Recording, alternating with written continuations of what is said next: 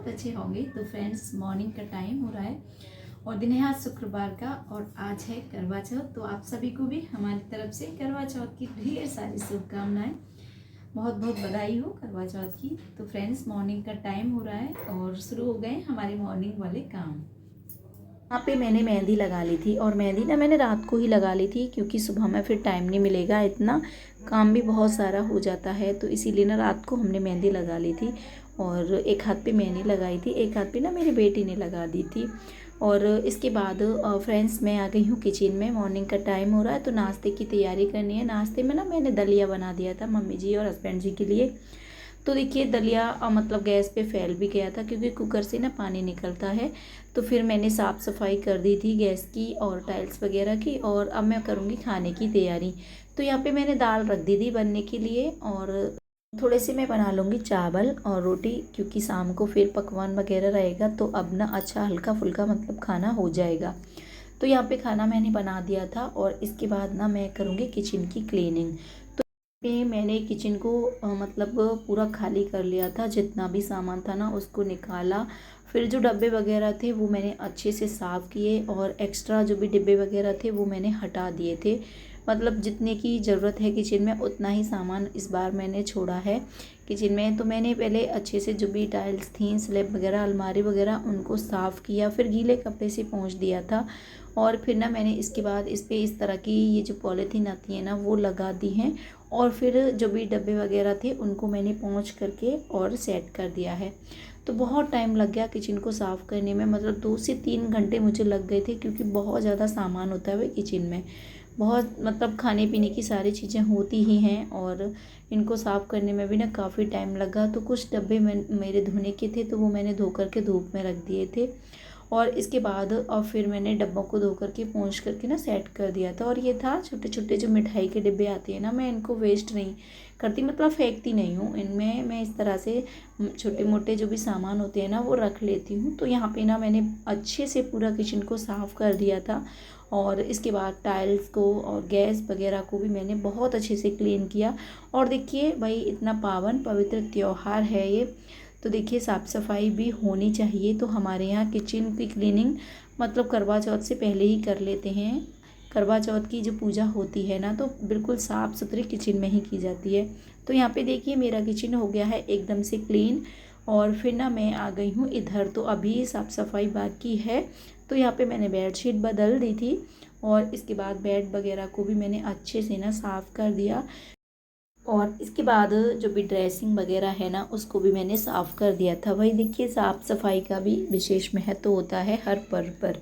तो यहाँ पे ये सारे काम कर दिए थे। फिर ना मैंने सारे घर में झाड़ू और पोंछा भी लगा दिया था और आंगन को ना मैंने पानी डाल करके झाड़ू से धो दिया था।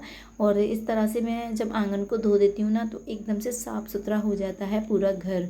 तो यहाँ पे साफ़ सफाई का जो काम था वो मेरा हो चुका था। और देखिए काम करते करते कब टाइम निकल गया ना पता ही नहीं चला, ना ही भूख लगी ना ही प्यास, मतलब पता ही नहीं चला कैसे टाइम निकल गया। तो फ्रेंड्स, आज है पावन पवित्र त्यौहार करवा चौथ का, तो बस उसी की तैयारी करेंगे। तो मैं आ गई हूँ नहा करके और ये जो साड़ी मैंने कल तैयार की थी वो मैंने पहन ली थी। और यहाँ पे मैं लेकर आई थी चूड़ियाँ इस साड़ी के साथ की, तो वो मैंने पहन ली हैं। और भाई देखिए करवा चौथ का त्यौहार है तो सजना संवरना भी चाहिए। तो यहाँ पे मैंने चूड़ियाँ पहन ली थी और फिर इसके बाद मैं लगाऊंगी सिंदूर। तो देखिए सिंदूर ज़रूर लगाना चाहिए, कोई भी त्यौहार हो उस टाइम मतलब सिंदूर ज़रूर लगाना चाहिए। तो यहाँ पे मैंने सिंदूर लगा लिया था। फिर वही अपना जो भी नेल पेंट वगैरह और आलता वगैरह ये भी मैंने लगा लिए थे क्योंकि फिर मुझे किचन के भी काम करने हैं, पूजा की सामान की भी तैयारी करनी थी। तो इतना ज़्यादा टाइम नहीं मिल पाएगा, तो इसीलिए ना मैंने ये सारा जो भी श्रृंगार हम करते हैं ना वो मैंने पहले ही कर लिया है। तो यहाँ पे मैंने आलता लगा लिया था और आलता लगाना सच में मुझे बहुत पसंद है और बहुत अच्छे लगते हैं मुझे आलती वाले पैर। तो यहाँ आलता वगैरह लगाया, फिर मैंने ये पहन ली थी अपनी नई नई पायल। तो देखिए सारे काम मतलब जो भी थे ना वो हमारे हो चुके हैं, मतलब मैं तैयार हो गई थी। तो फ्रेंड्स, मैं हो गई हूँ तैयार और ये देखिए मैंने पहन ली थी ये वाली साड़ी। वैसे ना काफ़ी कंफर्टेबल थी ये साड़ी, मतलब बहुत ही हल्का कपड़ा था और बहुत मतलब अच्छी भी लग रही थी, क्योंकि जो भी कपड़ा आरामदायक होता है ना वही ज़्यादा अच्छा रहता है।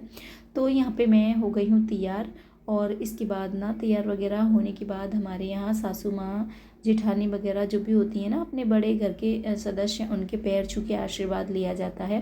तो यहाँ मम्मी जी का मैंने आशीर्वाद लिया और फिर मैं आ गई हूँ किचन में। तो मैंने बना दी थी हस्बैंड जी, मम्मी जी और बच्चों के लिए यहाँ चाय। तो मैं तो नहीं पीऊँगी, लेकिन इन लोगों के लिए मैंने सभी के लिए चाय बना दी है। चाय बन गई तो अब मैं करूँगी खाने की तैयारी। तो यहाँ आलू रख दिए थे मैंने बॉयल होने के लिए, आलू टमाटर की सब्ज़ी बनेगी। और देखिए हमारे यहाँ व्रत हो त्यौहार हो तो अपने घर पर ही पूजा का सामान बनाया जाता है और अपने घर का ही खाना खाते हैं हम लोग। जैसे होता है ना कि लोग बाहर होटल रेस्टोरेंट वगैरह जाते हैं करवा चौथ के दिन या फिर कोई भी त्यौहार हो, तो हमारे यहाँ ऐसा नहीं है। हमारे यहाँ शुद्ध सात्विक खाना बनता है, क्योंकि देखिए बिना लहसुन प्याज का खाना हम बनाते हैं पूजा पाठ जब भी होता है। तो यहाँ पे मैंने सब्जी में भी तड़का लगा दिया था, और हमारे यहाँ ना बनते हैं पुए मीठे वाले, तो बस उसकी तैयारी कर ली थी। गेहूं का आटा ले लिया, उसमें चीनी डाल दी, इलायची पाउडर, ड्राई फ्रूट्स वगैरह, और घोल करके ना उसको रख दिया है थोड़ी देर के लिए रेस्ट पर। तो हमारे यहाँ मीठे पुए बनते हैं, और चाहो तो जैसे हम चूरमा के लड्डू भी बना के पूजा कर देते हैं, अपना अपना रहता है। लेकिन आज जैसे टाइम नहीं था ज़्यादा मेरे पास, तो फिर मैंने पुए बना लिए थे। और यहाँ पे ना खीर बना ली है मैंने। हस्बैंड जी की मनपसंद रेसिपी है भाई खीर, तो उनकी मनपसंद मतलब खीर है, तो मैंने यहाँ खीर बना ली थी। खीर बन गई तो कुछ ड्राई फ्रूट्स वगैरह डाल दिए थे, और इसके बाद फिर मैं बस पूजा की तैयारी कर लूँगी। तो यहाँ पे मैंने मीठे वाले पुए बना लिए थे, और ये हमारे यहाँ ज़रूरी होते हैं, चाहे कुछ भी बनाओ लेकिन पुए फिर भी रखे जाते हैं भोग में। तो यहाँ पे पुए बना लिए, पूड़ी वगैरह ये सारी चीज़ें बना ली थी। सबका खाना वगैरह हो गया था और पूजा वगैरह हमने कर दी थी। तो हमारे यहाँ पूजा भी शाम के टाइम में होती है, जब सूर्य देवता छिप जाते हैं, तारे मतलब निकलने लगते हैं, मतलब गोधूली बेला जिसको बोलते हैं, उस टाइम पर ही करवा चौथ की पूजा की जाती है। तो पूजा वगैरह हो गई थी, और चंद्रमा भी ना जल्दी निकल आता है करवा चौथ का, 8:30 पौने 9 तक चंद्रमा भी दिखाई दे गया था।